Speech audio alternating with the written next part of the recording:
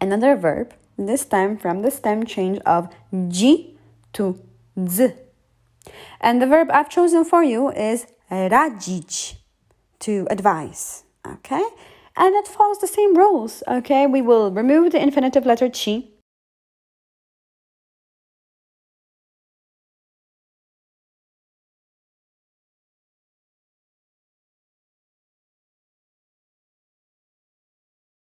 And they will all take the same verb endings of conjugation number 2 that we've seen so far in all of the videos. So the final verb looks like this. Ja radzę, radzę.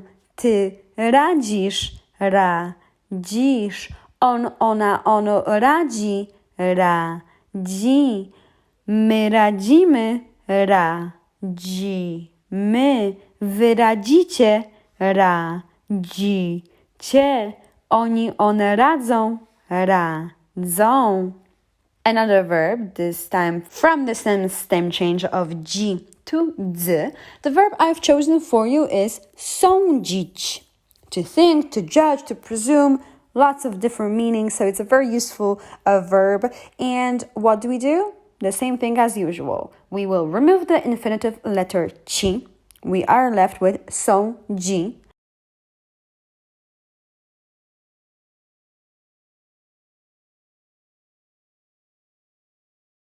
And they will all take the normal verb endings of conjugation number 2.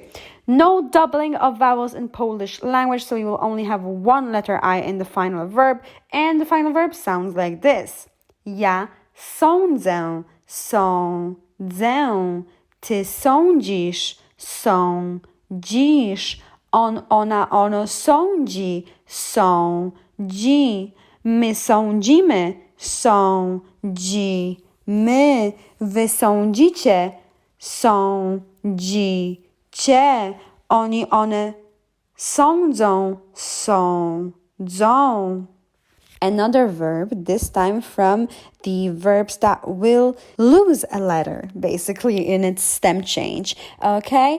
And this time, all of the persons will experience this stem change, which is the usage of this letter, so to speak, okay?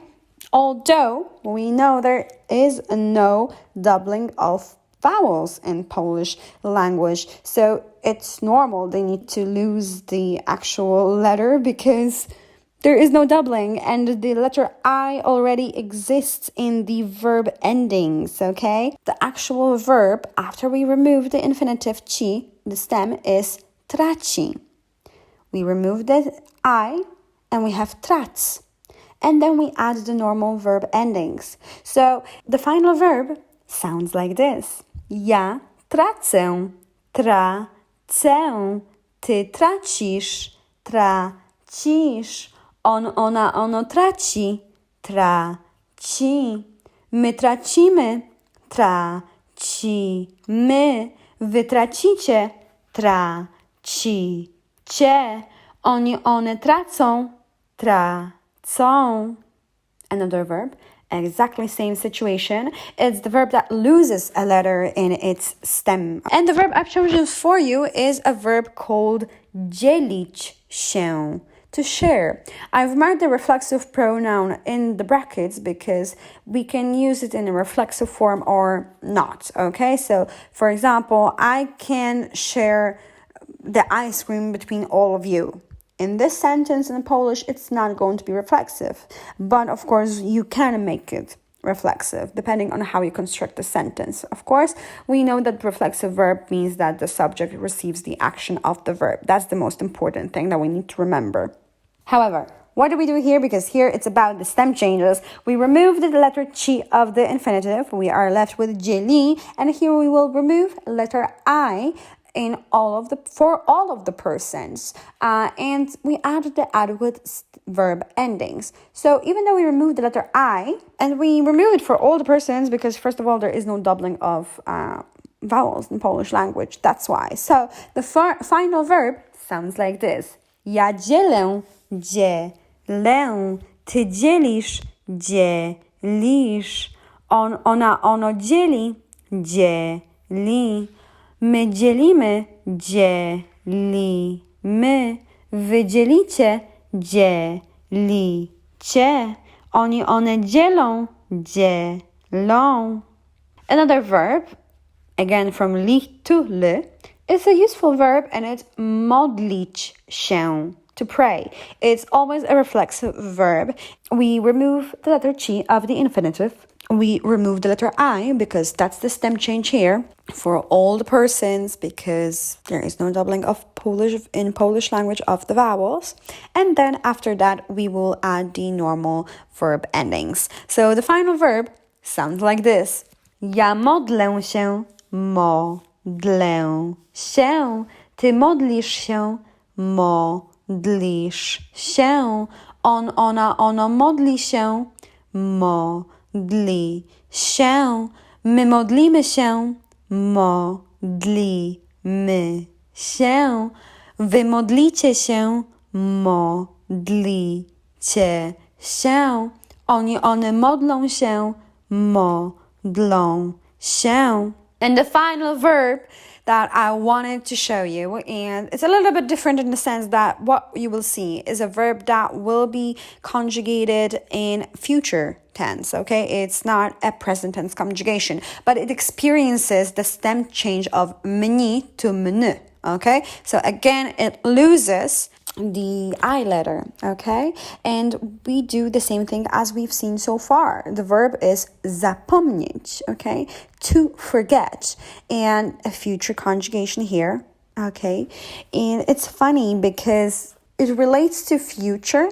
However, it follows the rules of this present tense conjugations.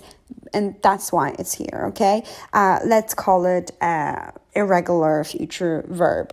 That's how we can say, we can classify it. You know, exceptions and irregular verbs exist in all of the languages.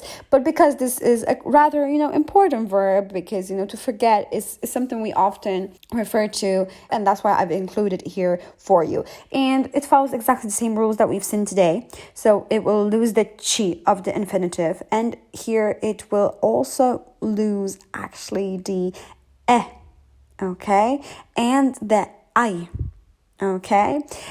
It loses the I and the e, so it loses both. It's a little bit different verb, as you can see. It's a little bit irregular in that sense. It loses both of the letters, but apart from that, it also takes the verb endings that we've seen today. And again, there is no doubling of vowels, so we will see only one vowel. That's why all of the persons experience these rules. And the final verb sounds like this. Ja zapomnę, zapomnę. Ty zapomnisz, zapomnisz. On, ona, ono zapomni, zapomni. My zapomnimy, zapomnimy. Wy zapomnicie, zapomnicie. Oni, one zapomną, zapomną. Okay, so here you have this verb.